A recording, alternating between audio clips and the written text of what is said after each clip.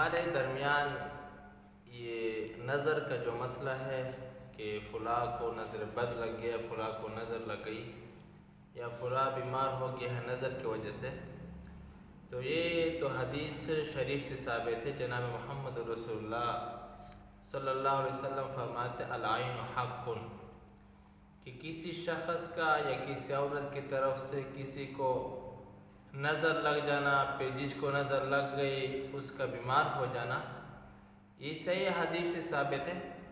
لیکن اس کے پھر ہمارے نظر کو ختم کرنے کے لیے مختلف غلط طریقے رائج ہیں، لیکن صحیح طریقہ یہ ہے، جناب محمد رسول اللہ صلی اللہ علیہ وسلم نے خود اس کا حل فرمایا کہ تم یہ دعا پڑھا کرو تو کسی کا نظر بد تمہیں نہیں لگے گا۔ وہ دعا یہ ہے، اعوذ بکلمات اللہ التامات من کل شیطان ہامۃ ومن کل عین لامہ۔